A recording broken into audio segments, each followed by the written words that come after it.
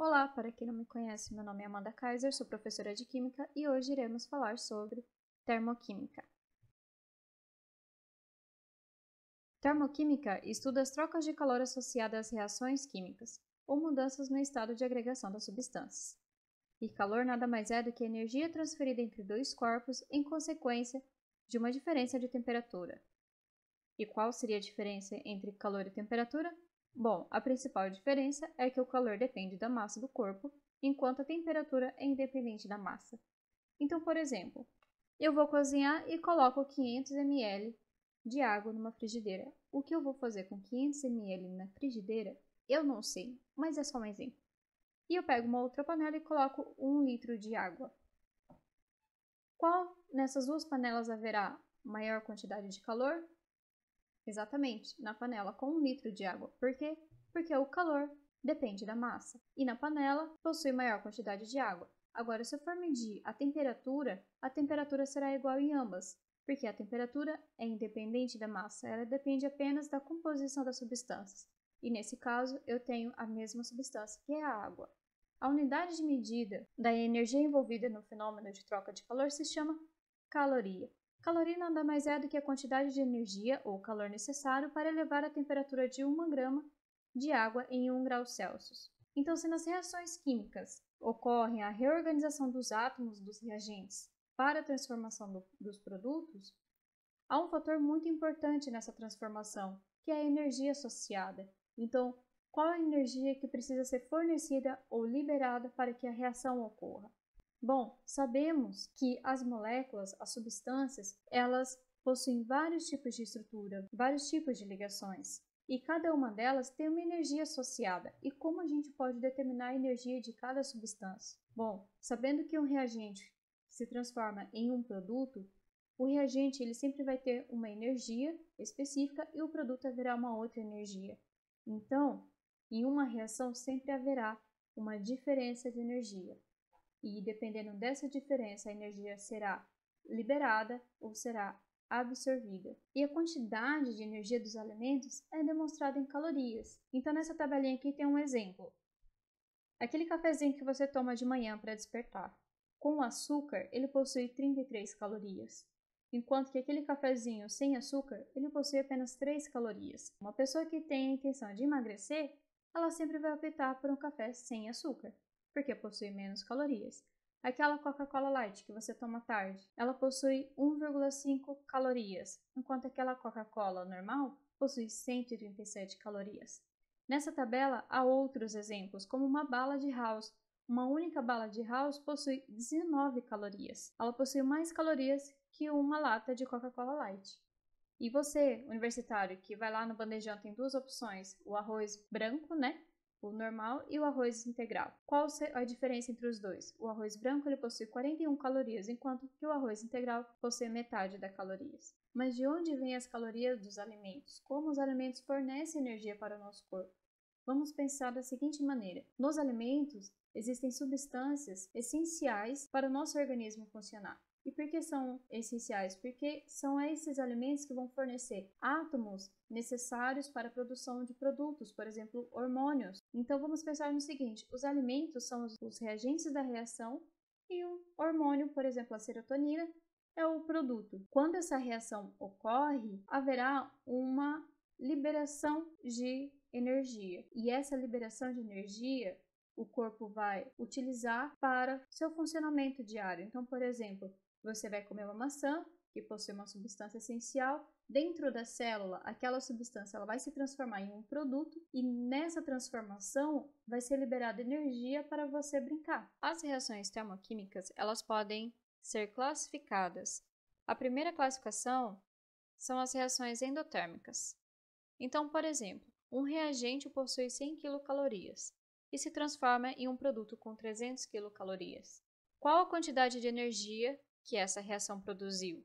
E essa reação produziu e liberou para o ambiente, ou o ambiente teve que fornecer essa quantidade de energia para a reação ocorrer? Bom, a gente pode determinar isso calculando a diferença entre a energia do produto ou a energia final com a energia do reagente, que é a energia inicial.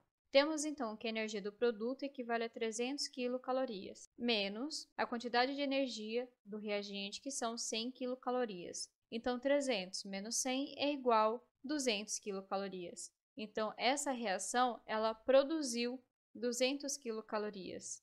Então, esses tipos de reações químicas são denominadas reações endotérmicas. Por quê? A reação representada aqui por essa caixa verde, para ela ocorrer, ela vai absorver energia em forma de calor do ambiente. E o que vai acontecer com a temperatura desse ambiente? Vai resfriar, ou seja, a temperatura vai diminuir. E por que a palavra endotérmica?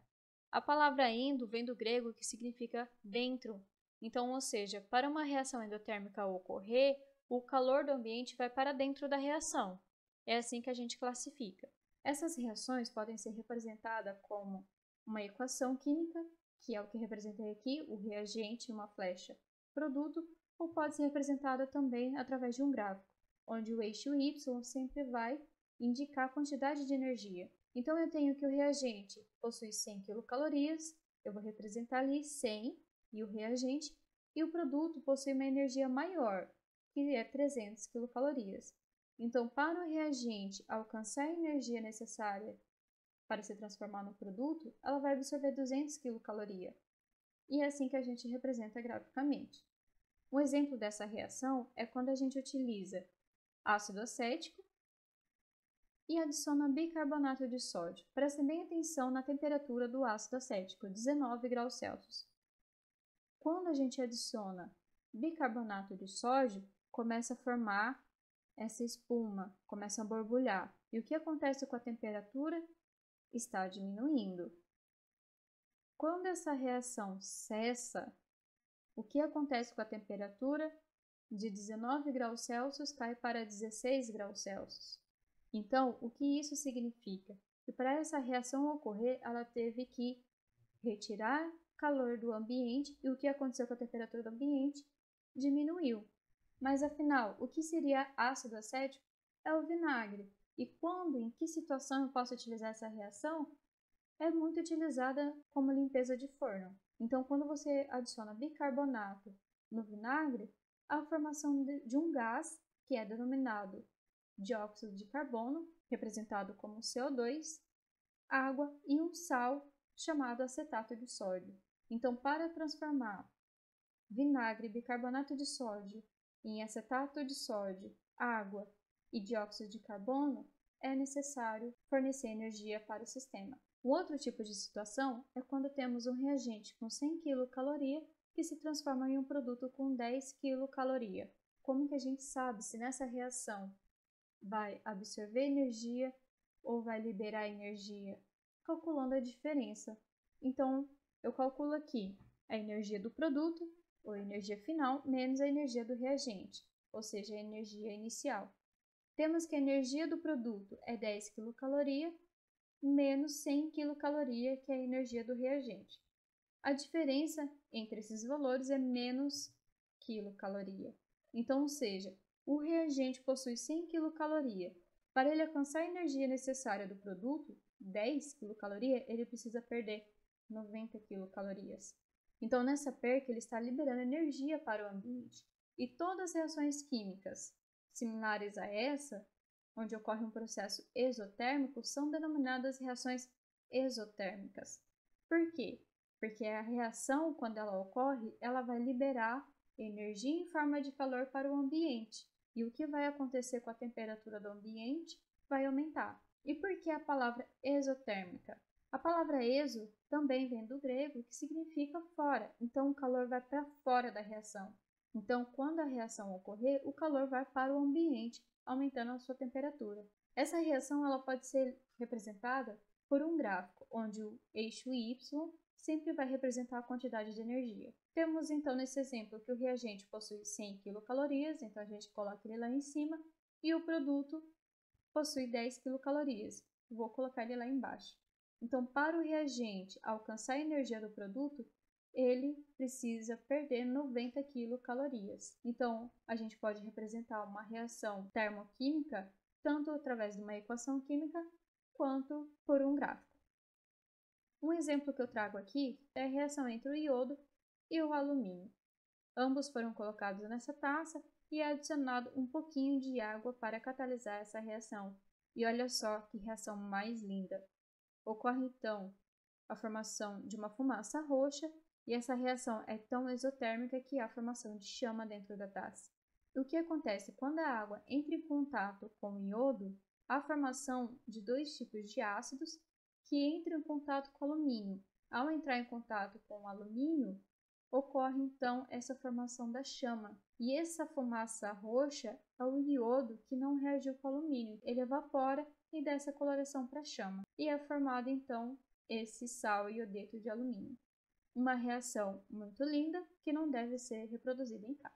Pessoal, muito obrigada. Eu espero vocês na próxima aula.